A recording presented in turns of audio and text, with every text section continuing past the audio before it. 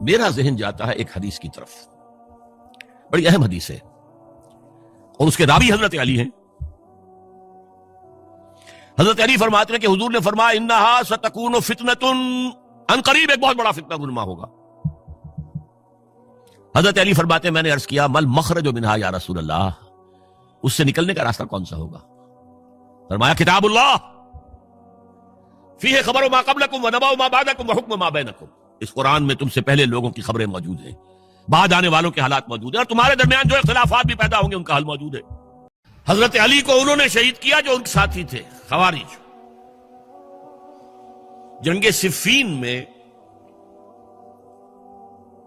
حضرت معاویہ کے کہنے سے عمرو بن العاص رضی اللہ تعالیٰ عنہ نے قرآن مجید جو ہے نیزے پر اٹھا لیا کہ لڑائی بند کرو، قرآن کو حکم بنا لو، جو قرآن فیصلہ کر دے وہ ہم بھی قبول کریں تم بھی کرو۔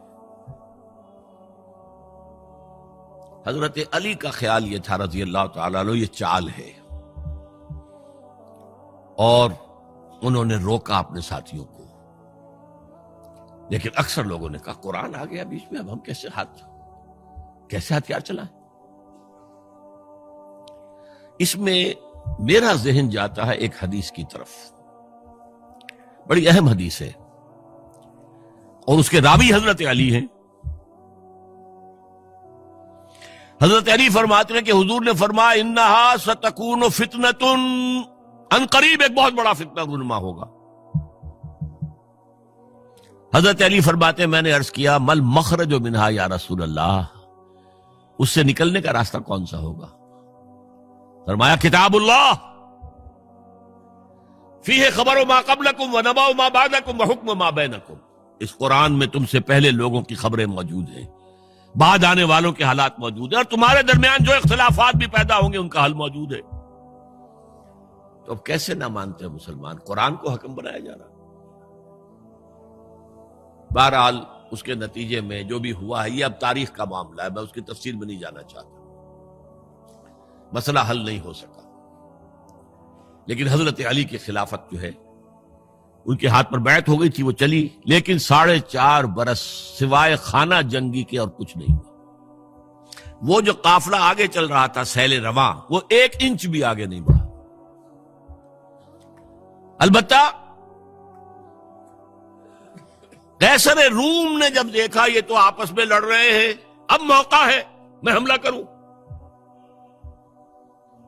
چونکہ وہاں قریب ترین تو حضرت امیر معاویہ بیٹھے ہوئے تھے نا، شام میں، شام سے ملحق تھا نا آگے قیصر۔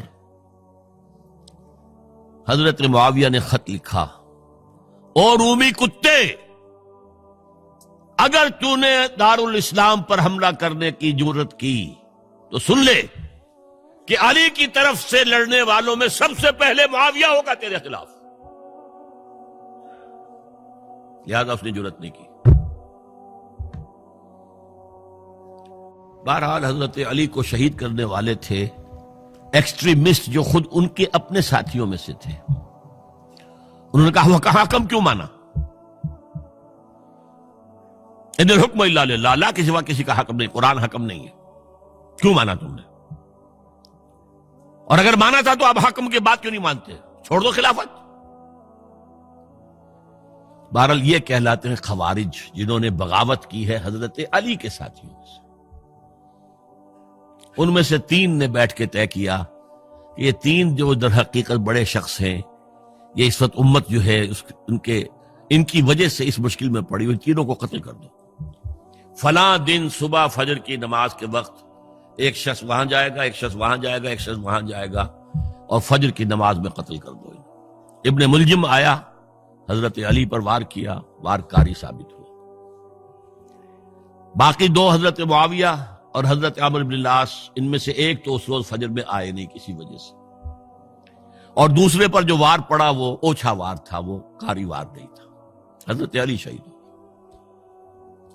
اس کے بعد حضرت حسن کی خلافت ہوئی 6 مہینے، لیکن اب جب جنگ کا معاملہ ہوا تو حضرت حسن نے دستبرداری اختیار کر لی، حضرت معاویہ کو تسلیم کر لیا خلیفہ۔ اگر آپ کو یہ ویڈیو اچھا لگا ہو تو چینل کو سبسکرائب کر دو۔